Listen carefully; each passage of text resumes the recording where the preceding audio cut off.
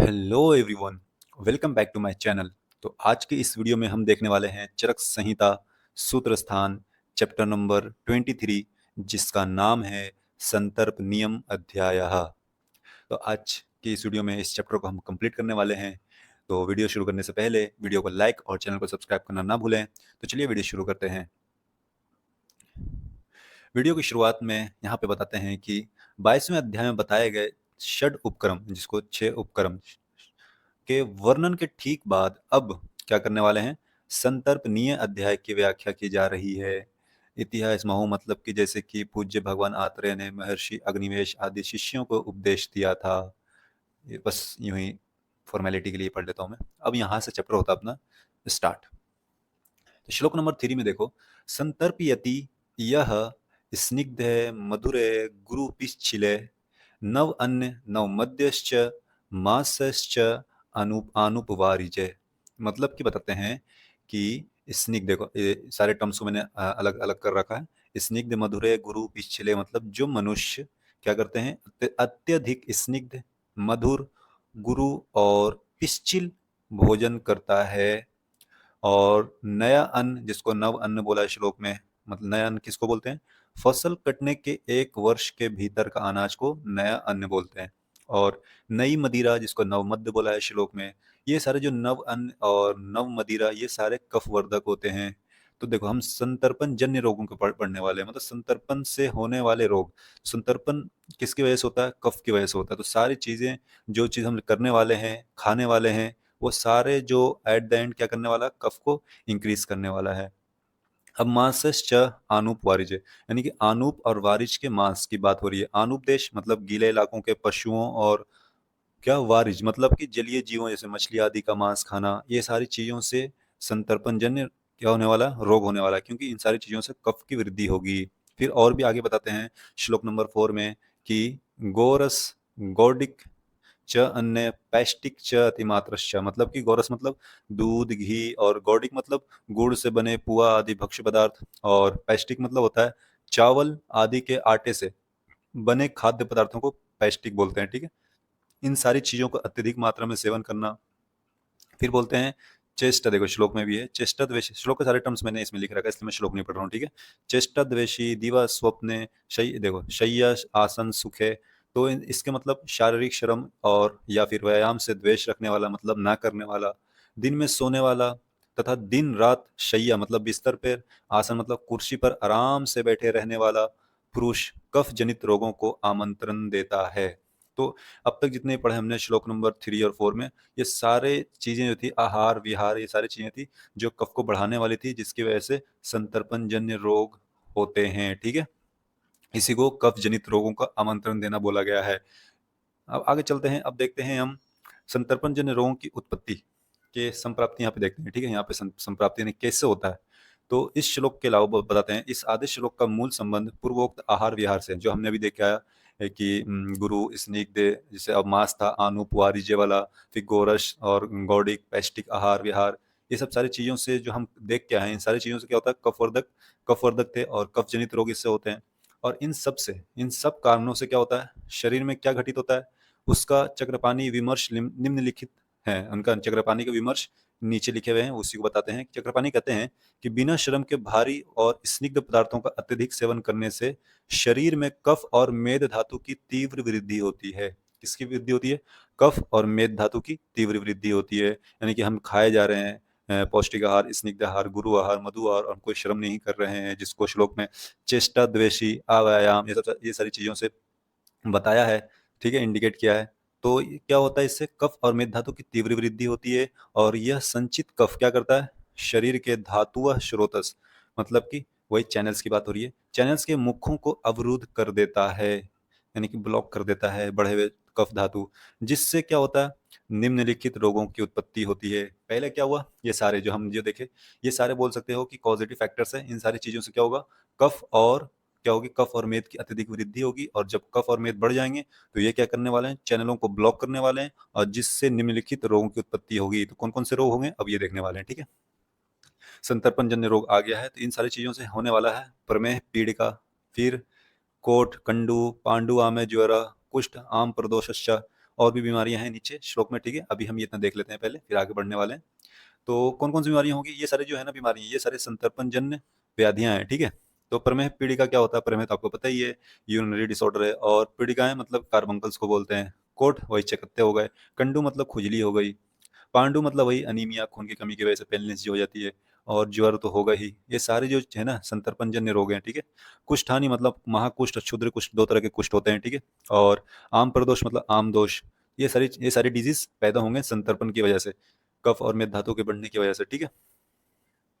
और इसमें क्या क्या है, मानसिक लक्षण भी देखने वाले हैं। इसमें मूत्रकृच आरोचक होगा, तंद्रा आएगी, क्लेब्यम होगा, अतिस्थौल्यम होगी, आलस्यम होगा, गुरुगात्रता आएगी, लेपो बुद्धे मोहो प्रमीलिका शोभा, ये सारी चीजें होने वाली हैं। ये सारे श्लोक के टर्म्स हैं, ठीक है। तो श्लोक पढ़ने वाले नियम। तो मूत्रकृच आपको पता ही है, मूत्र त्याग में अत्यंत कठिनाई होगी। और आरोचक मतलब भोजन में अरुचि होगी।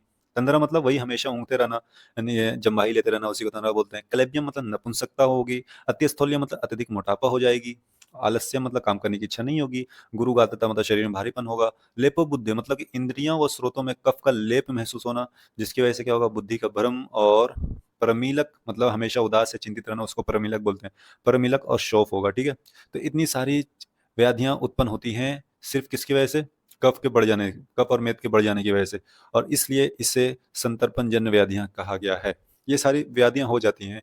तो उसके बाद क्या, उसके बाद यहाँ पे बताते हैं हमारे आचार्य की तत्कालिक चिकित्सा का महत्व। इसमें बताते हैं कि आचार्य का निर्देश है कि यदि शरीर के अति संतर्पित मतलब ओवर नरिश्ड होने पर, यानी कि संतर्पणजन होने पर उत्पन्न इन विकारों को, विकार मतलब डिजीज, मतलब उत्पन्न इन व्याधियों को शीघ्र चिकित्सा न किया जाए तो ये शरीर को नष्ट कर देते हैं। तो ये सारी जो चीजें संतर्पणजन व्याधियां होती हैं, इन्हें शीघ्र चिकित्सा करने का आदेश दिया है, नहीं तो शरीर को ये नष्ट कर देते हैं। ये संचय अपहृता दोषः, ये क्या है, आयुर्वेद का सिद्धांत है। ये जो है, ये जो टर्म है, ये सूत्र है, ये आयुर्वेद का सिद्धांत है कि दोषों के संचय काल और संप्राप्ति काल के आरंभ में ही यदि संशोधन मतलब डिटॉक्स कर दिया जाए तो रोग आगे बढ़ नहीं पाते। ये बता रहे हैं कि चिकित्सा फटाफट कर देनी चाहिए, शीघ्र ही करनी चाहिए, ठीक है, जब संतर्पणजन्य रोग उत्पन्न होते हैं तो। अब संतर्पणजन्य रोग की समान चिकित्सा देखते हैं, मतलब किस तरीके से हम इसकी चिकित्सा करेंगे अगर संतर्पणजन्य रोग हो जाते हैं। जैसे प्रमेह पीड़िका, कोढ़, कंडू, ये सारी चीजें हम देख के आए। वो सारे रोग अगर उत्पन्न हो जाते हैं तो हम किस तरीके से चिकित्सा करेंगे उसकी बात हो रही है श्लोक नंबर 8 और 9 का, ठीक है। सबसे पहले बताया उल्लेखनम। उल्लेखनम मतलब वमन की बात हो रही है। फिर उसके बाद विरेचन, ठीक है, विरोको मतलब विरेचन, रक्त मोक्षण, तीन हो गए। तीन हो गए संशोधन कर्म, ठीक है। पंचकर्म के यहाँ पे तीन कर्म बताए गए हैं। संशोधन कर्म जो पंचकर्म होते हैं उनमें से तीन, वमन, विरेचन और रक्त मोक्षण। रक्त मोक्षण सबसे सर्वोत्तम माना गया है, ठीक है, संतर्पणजन्य रोगों की चिकित्सा के लिए। फिर उसके बाद शारीरिक कर्म में आ जाते हैं, व्यायाम करना, उपवास करना, धूमपान करना, स्वेदन करना। तो ये सारी चीजें भी करनी चाहिए एज ए ट्रीटमेंट, ठीक है। तीव्र व्यायाम, उपवास, धूमपान और स्वेदन। फिर उसके बाद देखो औषध और बाह्य लेप के बताया, शहद मतलब जिसको शौद्र बोला श्लोक में, स शौद्र च अभ्यापराश मतलब कि अभ्यापराश मतलब हर्रे का चूर्ण, मतलब हरी की चूर्ण की बात हो रही है। प्रायो रुक्ष अन्न सेवनम, या फिर रुक्ष अन्न का सेवन करना। देखो क्योंकि देखो रुक्ष अन्न का सेवन करने से क्या, कफ और कफ क्या होता है, स्निग्ध होता है। तो रुक्ष अन्न का सेवन करने से कफ क्या होगा, कफ का कौन है इसका जस्ट अपोजिट होता है रुक्ष। तो रुक्ष क्या करेगा, कफ को कम करेगा, इसलिए रुक्ष अन्न का सेवन करने के लिए बोला गया है।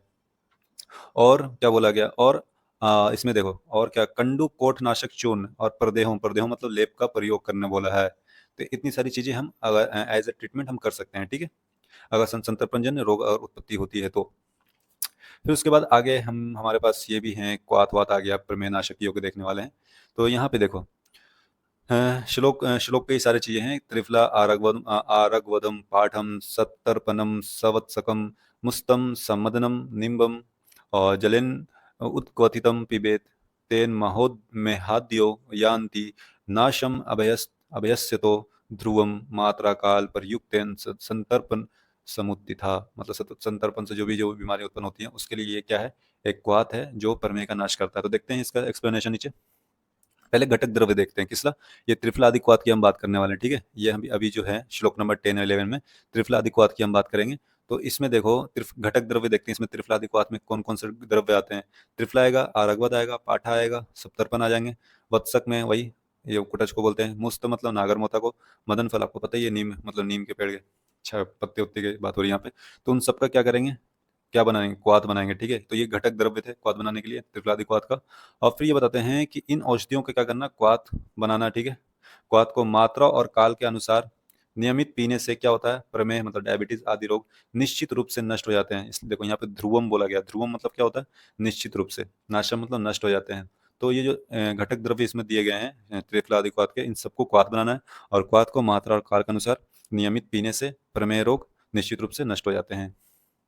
और प्रमेह कौन सा था, ये भी एक संतर्पंजन व्याधि था। तो याद रखना त्रिफलादिक्वाथ किस लिए इस्तेमाल होता है, प्रमेह रोग को शांत करने के लिए होता है, नष्ट करने के लिए होता है। अब यहाँ पे शब्द अभ्यस्यतो इसकी बात हो रही है, ठीक है, यहाँ पे शब्द देखा ना, नाशम अभ्यस्यतो, ये दर्शाता है कि इसका सेवन निरंतर कुछ दिनों तक अभ्यास के रूप में करना होगा, मतलब इसका लगातार करना होगा सेवन, एक दो दिन में कुछ लाभ नहीं होगा। ठीक है, तो ये जो अभी त्रिफलादिक्वाथ बनाया है तो प्रमेह बीमारी को शांत करने के लिए, नष्ट करने के लिए, तो इसको लगातार अभ्यास करना होगा, मतलब हमें लेना होगा, एक दो दिन से लाभ नहीं होता। अब मैंने एक नीचे ट्रिक बनाई है, ये ट्रिक जो आपको नीचे देख रहा होगा, ये ट्रिक है घटक द्रव्य को याद करने के लिए। ये त्रिफला आदि क्वाथ का घटक द्रव्य कैसे याद रख सकते हैं हम, तो इसको हम ऐसे याद रख सकते हैं, टैप एसवीएम, देखो ईवीएम मशीन होती है तो हम यहाँ पे एसवीएम लिख रखे हैं, इन्हें टैप करो मतलब थपथपाओ, एसवीएम को किस लिए, फॉर मनी, मनी के लिए। तो टी से क्या आ जाएगा, त्रिफला, ए से आ जाएगा आरगवत, पी से आ जाएगा पाठा, एस से आ जाएगा सप्तरपन, वी से आ जाएगा वत्सक, एम से आ जाएगा मुस्ता, देखो वी से आ जाएगा वत्सक, एम, एक सेकंड, वी से आ जाएगा वस्तक, एम से आ जाएगा मुस्ता, मुस्त मतलब क्या हो रहा है, कलर चेंज करता हूँ मैं, हाँ चलो, वी से आ जाएगा, एम से आ जाएगा मुस्ता, एम से आ जाएगा, मा से आ जाएगा मदन फल, और ना से आ जाएगा नीम। तो इस तरीके से टोटल जो घटक द्रव्य हैं वो हम याद रख सकते हैं त्रिफलादिक्वाथ का। और इसमें ये तो याद हो जाएगा घटक द्रव्य, और ये भी पता होना चाहिए किस लिए इस्तेमाल होता है, तो प्रमेह रोग को नष्ट करने के लिए होता है। फिर आता है मुस्तादिक्वाथ, ठीक है। मुस्तादिक्वाथ में टोटल 11 शक्तिशाली घटक बताए गए हैं। इसमें कौन कौन से, मुस्ता, आरगवद, पाठा, त्रिफला, देवदारू, शवदंस्ट्रा, खदीर, नींब, हरिद्रा, दारू, हरिद्रा, वत्सक, त्वचा। तो ये सारी चीजें आती हैं, टोटल 11 शक्तिशाली 11 शक्तिशाली घटक हैं। और इस घटक को कैसे याद रख सकते हैं, ये श्लोक, ये ट्रिक के थ्रू याद रख सकते हैं, ये मैंने खुद ने बनाई है। तो इसको सेम ही जैसे हम ऊपर रख के ऊपर याद करके आए, tap SVM, tap SVM for money. अब इसको याद रखेंगे, टैप एवीएम हनी, आप मतलब आपकी गर्लफ्रेंड कुछ भी मत समझ लो हनी का मतलब, टैप अपने हनी को बोल रहे हो, टैप एवीएम हनी एंड दारू खरीदते हैं, एवीएम को टैप करके फिर दारू खरीदते हैं। तो वही टी से सेम आ जाएगा, त्रिफला, ए से आरगवत, पी से पाठा, ए से अश्व दंस्ट्रा आ जाएगा, जिसको जिसको क्या बोलते हैं, गोक्षुर बोलते हैं या गोखरू बोलते हैं, ठीक है। और वी से वत्सकी रहेगा, एम से मुस्ता, सारे सेम रहेंगे। हा से हरिद्रा हो जाएगा, और हरिद्रा दो हैं, दारू हरिद्रा, ठीक है। हरिद्रा और दारू हरिद्रा आपको इस तरह से याद रहेगा, हा से हरिद्रा और दारू हरिद्रा। और नी से हो जाएगा वही सेम टू सेम नीम, दारू से यहाँ पे देवदारू हो जाएगा, और खरीद से हो जाएगा खदीर। तो इस तरीके से टोटल कितना हो गया, 1 2 3 4 5 6 7 8 9, नहीं 8 9 10 11, तो 11 घटक द्रव्य हो गए हैं। और इनका क्या इस्तेमाल करना, देखो इस योग का, अब जो ये घटक जो बनाया हमने, कौन सा घटक है, मुस्तादि क्वाथ, इन सबका क्या करना है, क्वाथ बनाना है, ठीक है। ये सारे घटक द्रव्य को लेकर क्वाथ बनाना है। और क्वाथ ये क्या है, दोषों के बल अबल के अनुसार प्रतिदिन प्रातः काल पीना चाहिए। इस क्वाथ को बनाकर बल के अनुसार प्रतिदिन सुबह सुबह नहीं प्रातः काल पीना चाहिए। अब इससे क्या होगा, प्रभाव देखते हैं। मनुष्य, क्या एक हाईलाइट में कर दूं, मनुष्य संतर्पण से उत्पन्न होने वाली सभी छोटी बड़ी कफज व मेदज व्याधियां पूर्णतः मुक्त हो जाता है। तो इसका प्रभाव यही है कि कफज और मेदज व्याधियां जो होती है क्या हो जाती है, मुक्त हो जाती है। इसी को श्लोक में क्या बोला है, संप्रम उच्चते, देखो यहाँ श्लोक में देखो, संप्रम उच्चते मतलब क्या होता है, मुक्त हो जाती हैं। तो मुस्तादिक्वाथ से सारे छोटे बड़े जो होती हैं कफज मेदज व्याधियां। और जब ये हमें पढ़ के आया त्रिफलादिक्वाथ, इससे क्या हो रहा था, प्रमेय आदि रोग क्या हो रहे थे, शांत हो रहे थे, नष्ट हो रहे थे। दो हमने देख लिए, दो क्वाथ। अब देखने वाले हैं मुस्तादी द्रव्यों के विविध बाह्य प्रयोग। अब इसमें देखो, त्वचा विकारों के लिए होता है, ठीक है, ये मुस्ताद द्रव्यों को विविध बाह्य उपयोग करने वाले देखने वाले हैं। इन्हीं मुस्ता आदि द्रव्यों के चूर्ण से तेल मिलाकर, ठीक है, और बिना तेल के सूखे चूने से, अब देखो ये इसकी बात हो रही है, अभी जो हम पढ़ गया है ना मुस्तादिक्वाथ, इन्हीं द्रव्यों की बात हो रही है कि इन्हीं द्रव्यों को क्या करना है, चूर्ण बनाना, ठीक है, चूर्ण बनाकर उसको तेल मिलाकर उद्वर्तन करना, या फिर बिना तेल के सूखे चूने से उद्घर्षण करना, यानी कि बिना तेल के घिसना है या फिर तेल लगाकर उद्वर्तन करना है। और ये सारी चीजें करने से, त्वचा पर रगड़ने से क्या होगा। और देखो स्नान एवं स्नेह योग, इन द्रव्यों को क्वाथ से स्नान करना, जो हम देखें ये जो इसके जो क्वाथ बनाए थे मुस्तादिक क्वाथ, इन द्रव्यों को क्वाथ से स्नान कर सकते हैं। या फिर क्या कर सकते हैं, इनसे सिद्ध किए हुए घृत या तेल का बाह्य प्रयोग से क्या होगा, त्वचा के समस्त कफज पित्तज दोष जैसे असहनीय कंडू और कुष्ठ सर्वथा शांत हो जाते हैं। तो मतलब कि त्वचा के रोग जो कंडू और कुष्ठ ये सारी चीजें होती है शांत हो जाती हैं, किससे, मुस्ताद द्रव्यों के एक चूर्ण से दे रखा, और दूसरा दे रखा उसके क्वाथ से स्नान, और उससे सिद्ध किए हुए घृत और तेल के बाह्य प्रयोग से। तो इन सारी चीजों से क्या होता है, त्वचा के जो कंडू दोष होते हैं, कंडू रोग होते हैं और जो कुष्ठ होते हैं वो शांत हो जाते हैं। तो अब तक हमने क्या देखा? मुस्तादित द्रव्य देख लिया और फिर त्रिफला आदि क्वाथ देख लिया, 2 देख रखा हमने। अब देखते हैं आगे, ठीक है? अब देखते हैं कुष्ठ आदि चूर्ण की बात करते हैं। ये इसमें कौन-कौन से देखो घटक द्रव्य पहले देखो। कुष्ठ, जिसको कुष्ठम को कुष्ठ बोलते हैं, ठीक है? कुट भी बोलते हैं। गोमेद मणि, हींग, क्रौंच पक्षी की अस्थि जिसको क्रौंच बोला है इसमें, क्रौंच अस्थि श्लोक में। और त्रियुषम मतलब त्रिकटु को, शोंठ मरीच पिपली को बोलते हैं। वचा बोल सकते हो। वृषक मतलब कि वसा भी बोलते हैं वृषक को। एला, शवदंष्ट्रा, खरा हुआ मतलब अजमोदा, अश्मभेदक जिसको पाषाण भेद भी बोलते हैं, ठीक है? इन सभी को सम भाग में लेना है, ठीक है? जितने भी घटक द्रव्य इसमें बता रखे हैं इन सबको सम भाग में लेना है और कपड़े छान करना, मतलब कपड़े से छान लेना है। और कपड़े छान कर चूर्ण को क्या करना है, चूर्ण जो आप कपड़े छान के जो चूर्ण मिलेगा उस चूर्ण को क्या करना है, तक्र, दधिमंड और बदर अम्ल, सारे देखो सारे खट्टे पदार्थ है। देखो तक्र भी खट्टा है, दधिमंड भी खट्टा है और बदर अम्ल मतलब खट्टी बेर के रस, ये सारे खट्टे जो हैं इसके साथ पीना चाहिए। तो 3 इसमें दे रखे हैं द्रव्य, दधि, मंड, तक्र और बदर अम्ल रस, इन सबके साथ क्या करना चाहिए, इनके साथ ये पीना चाहिए चूर्ण को। और फिर बता रहा है कि इसका कार्य क्या होता है। यह यज्ञ क्या करता है, मूत्र कृश मतलब पेशाब की तीव्र रुकावट और प्रमेह को दूर करता है, ठीक है? और अष्टांग संग्रहकार इसे अति स्थूलता नाशक भी मानते हैं। तो ये इसके फायदे हैं कुष्ठ आदि चूर्ण के। ये सारे जो घटक द्रव्य हम देखे हैं इस सबको चूर्ण बनाना है और चूर्ण को तक्र, दधिमंड और बदर अम्ल के साथ पीना है। और पीने से क्या होगा, मूत्रकृश और प्रमेह जैसे रोग दूर हो जाते हैं। अष्टांग संग्रहकार ने तो इसे अति स्थूलता नाशक भी बताया है। के घटक द्रव्य, तो कुष्ठादि चूर्ण के घटक द्रव्य को हम कैसे याद रख सकते हैं, इसके लिए मैंने भी एक ट्रिक बनाया है। ये ट्रिक देखो, कुश गोपाल ने क्रौंच को 3 मिर्च और वचा दी, ठीक है? फिर क्या करा, गोक्षुर के साथ वसा वासा और एला लेकर अजमेर के पाषाण पे हिंगू घिसा। कुश से क्या हो जाएगा, कुष्ठ हो जाएगा, ठीक है? गोपाल से क्या हो जाएगा, ये गोमेद हो जाएगा। और फिर क्रौंच से क्या हो जाएगा, क्रौंचस्थी हो जाएगी। 3 मिर्च से क्या हो जाएगा, त्रिकटु हो जाएंगे। वाचा से तो वाचा आ ही जाएगा, वचा। और फिर गोक्षु से गोक्षुर असुदंष्टा जिसको बोलते हैं। वसा हो गया वृषक जो हो गया।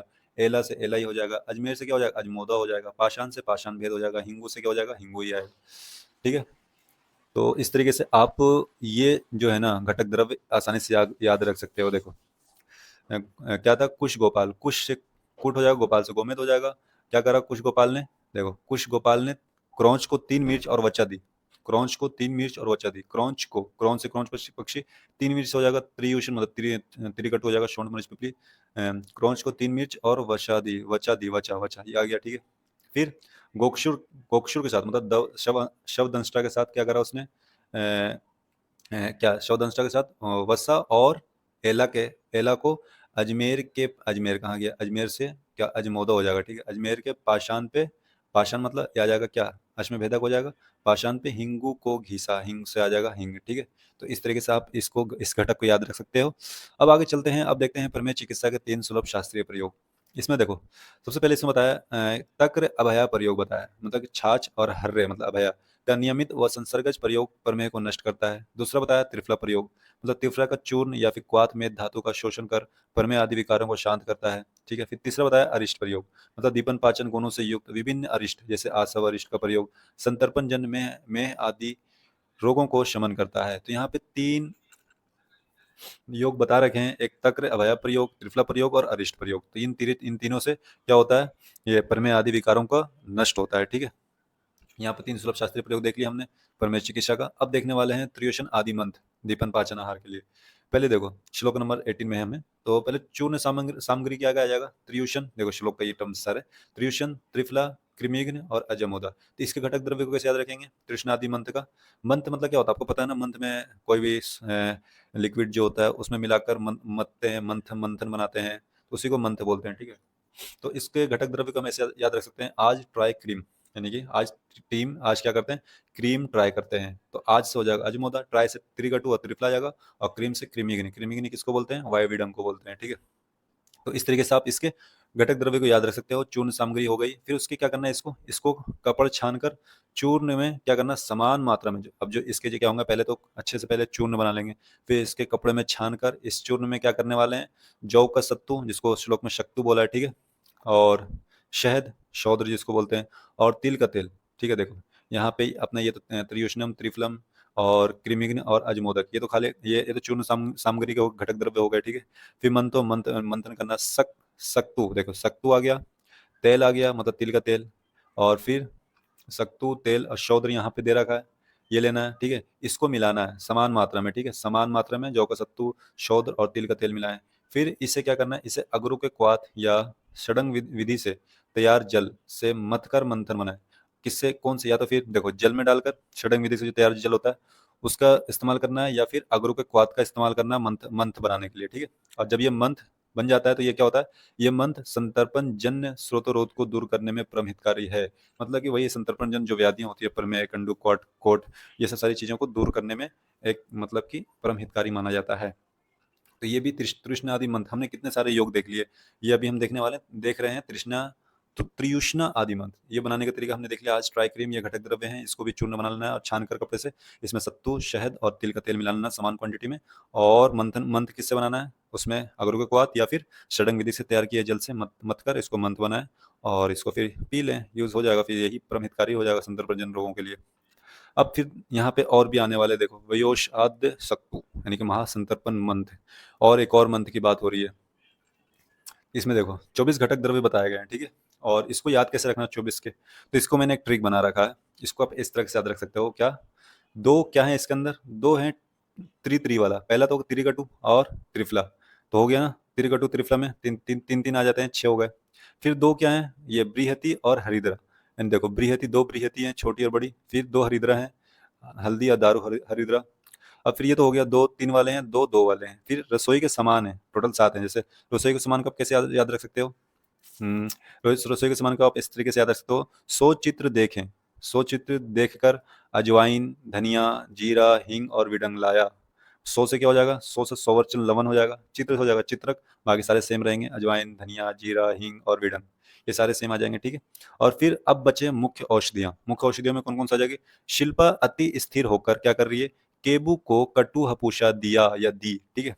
शीश से क्या हो जाएगा, शिगरू, पा से हो जाएगा पाठा, और अति से हो जाएगा अतिविषा, स्थिर से हो जाएगा स्थिर, देखो यहाँ पे स्थिरा, शालपन्नी को बोलते हैं, ठीक है। और केबूस हो जाएगा ये केबुक मूल, जिसको कर्मी का साग मूल भी बोलते हैं।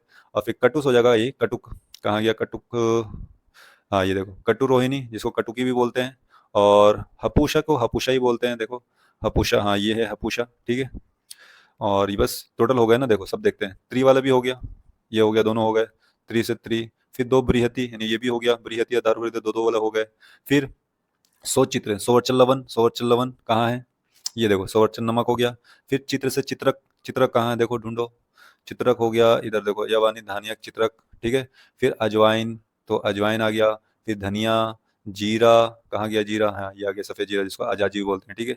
जीरा, हींग, हींग हींग हींग, हाँ ये हींग आ गया, ठीक है। और विडंग, विडंग कहाँ पे है, विडंग विडंग विडंग विडंग, हाँ ये आ गया विडंग, ठीक है, ये सारे आ गए।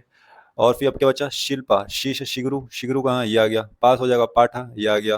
फिर अति से अतिविषा, ये आ गया। और स्थिर से हो जाएगा स्थिरा, ये आ गया शालपन्नी। फिर केबुस हो जाएगा केबुक मूल, ये भी आ गया। फिर हो जाएगा कटु से कटुकी, कटुरोहिणी हो गया। हपूशे हपूषा से हपूषा, मतलब इसमें से वो सारे हो गए ना, सारे सर्कल हो गए, मतलब इसमें सारे इंक्लूड, सारे हो गए, सारे आ गए। टोटल 24 घटक द्रव्य होना चाहिए, आप जोड़ लो तो सारे हो जाएंगे, ठीक है। तो इस तरीके से आपके 24 घटक द्रव्यों का आप याद रख सकते हो। ये किसके घटक द्रव्य हैं, वयोशाद सक्तु का, ठीक है। अब इसको क्या करना है, ये तो घटक द्रव्य हमने ले लिया। फिर इन चारों को किसको चूर्ण, देखो ये सारे घटक द्रव्य को क्या करना है, घटक द्रव्य को लेके चूर्ण बना लेना है, ठीक है। सबको समान भाग में लेको, देखो श्लोक में देखो, सबको समान भाग लेकर कपड़ छान सूक्ष्म चूर्ण बनाए, मतलब ऐसा चूर्ण बनाए जो कपड़े से छन जाए।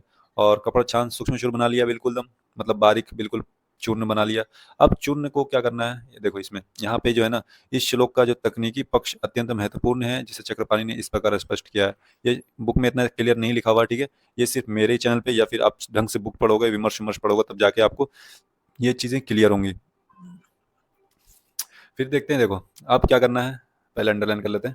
अब चूर्ण जो बनाया है उसको तेल, घृत और शौद्र, इन चारों को क्या करना है, मान मतलब वजन में बिल्कुल समान भाग लेना चाहिए, बिल्कुल जैसे 8 तोल जो भी ले रहे हो, सबको इक्वल इक्वल क्वांटिटी लेनी है। फिर उसके बाद इसमें कुल औसत चूर्ण के वजन का, मतलब जो औसत का चूर्ण है, मतलब इसकी जो चूर्ण का जो वजन है, उसका 16 गुना जौ को सत्तू मिलाया जाता है। और इसका नाम संतर्पण रखा जाता है। परंतु जलीय घोल होने के कारण, क्योंकि इसमें मंथन करने वाले हैं ना, मंथन बनाने वाले हैं, तो इसमें जलीय घोल होने के कारण क्या होता है, गुणों में यह कफ मेद नाशक अर्थात मतलब अपतर्पण का कार्य करता है। तो यही एक तरह से इस तरीके से ये काम करता है। संतर्पण होता है लेकिन अपतर्पण की तरह काम करता है। क्यों? क्योंकि जलीय घोल होते हैं। तो इस तरीके से देखो, जो इतना हार्ड लगाता है, इस तरीके से आप इसको याद रख सकते हो इस ट्रिक से। ये सारे तरीके बता दिए क्या करना है। फिर उसमें तेल, घृत और शौद्र और चूर्ण सबको समान मात्रा में लेकर, और इस चूर्ण के 16 गुना सत्तू मिलाकर फिर उसको बस इस्तेमाल करना है। ठीक है, आगे चलते हैं। अब वैश्याद्य सत्तू का फलश्रुति लाभ देखते हैं। क्या है इसके लाभ? बताते हैं कि इसके नियमित प्रयोग से क्या होगा। संतर्पण से उत्पन्न होने वाले 20 प्रकार का प्रमेह, मूढ़वात, कुष्ठ, अर्श, कामला, ये रोग शांत हो जाते हैं। ठीक है, सारे यानी कि वही संतर्पण जन रोग हैं। फिर यह क्या करता है? यह प्लीहा वृद्धि, पांडु, शोथ, मूत्रक्रिश, आरोचक सबको नष्ट करता है। ये भी क्या है? संतर्पण जन रोग है। हम ऑलरेडी पढ़ के आ गए हैं, तीसरा चौथा श्लोक में था सारे संतर्पण जन रोग। तो प्लीहा, पांडु, शोथ, अरोचक सब क्या था? मूत्र, ये सारे संतर्पण जन्य रोग थे। फिर यह गंभीर क्या है? हृदय रोग, राजयक्ष्मा, कास, श्वास, गलग्रह में अति तीव्र असरदार होता है। तो ये बहुत ही फायदेमंद होता है वैश्याद्य सत्तू। ठीक है, याद रखना। आगे चलते हैं अब और देखते हैं वैश्याद्य सत्तू के बारे में। ये क्या होता है? मेदनाशक होता है और मेदवर्धक भी होता है। तो ये योग जो होता है, हम जब पढ़ के आए योग घटक द्रव्य, उसमें फिर तेल, घी और शौद्र जो था इक्वल क्वांटिटी में मिलाकर फिर उसे इस्तेमाल करना था। ठीक है, तो वो जो जो सत्तू का जो बनाया हमने, जो योग बनाया है, ये कृमि रोग, ग्रहणी दोष और श्वेत्र को नष्ट करता है। ठीक है, और बताते हैं श्लोक में देखो, ये लिखा स्थौल्यम अतिवेश, मतलब कि अत्यधिक मोटापे को कम करने के लिए यह शास्त्र का परम प्रमाणिक योग्य है। इसके मतलब फायदे बता रहे हैं, क्या क्या कर सकते हैं इससे। फिर बता रहा है नरा नाम दीप्यते चाग्नि, इसकी बात हो रही है। देखो, नरा नाम दीप्यते चाग्नि मतलब कि इसके सेवन से क्या होगा? मंद हुई जठराग्नि तीव्र रूप से प्रदीप्त होती है, तथा मनुष्यों की स्मृति, मतलब स्मृति बुद्धि वर्धते, मतलब बढ़ जाती है। स्मृति और बुद्धि की अपार वृद्धि होती है। तो यह बहुत ही फायदेमंद योग है। तो इसको आप घर पे बना के ट्राई कर सकते हो। ठीक है, तो यही था अपना आज वयोश्चाद्य सत्तू का। अब आगे चलते हैं, आहार विहार के 3 अचूक स्वर्णिम नियम देखते हैं। ठीक है, यहाँ पे देखो, मोटा और कफ रोगों से अस्थायी मुक्ति कैसे मिलती है, यानी परमानेंटली कैसे छुटकारा पा सकते हैं। पहला, व्यायाम नित्यो, मतलब रोजाना व्यायाम करना। फिर जीर्णनाशी, मतलब जब भोजन पूरी तरह पच जाए तभी दोबारा अन्न ग्रहण करना है। फिर तीसरा है यव गोधूम भोजन, मतलब कि यव मतलब वही जौ, और गोधूम मतलब गेहूं के रुक्ष पदार्थों का उपयोग करना है। यह क्या, वह पुरुष अति स्थूलता से सर्वथा मुक्त होकर संतर्पण जन्य सभी दोषों से सदा के लिए छूट जाता है। तीन तीन चीजों का यूज करने से क्या होता है? मोटापे और कफ रोगों से अस्थायी मुक्ति मिल जाती है। तो यही 3 टर्म्स थे, व्यायाम, नित्यो, जीर्णनाशी, यव गोधूम भोजन। ठीक है, इससे देख लिया हमने क्या क्या होगा। मोटापा हमेशा के लिए क्या होगी? छूट जाएगी।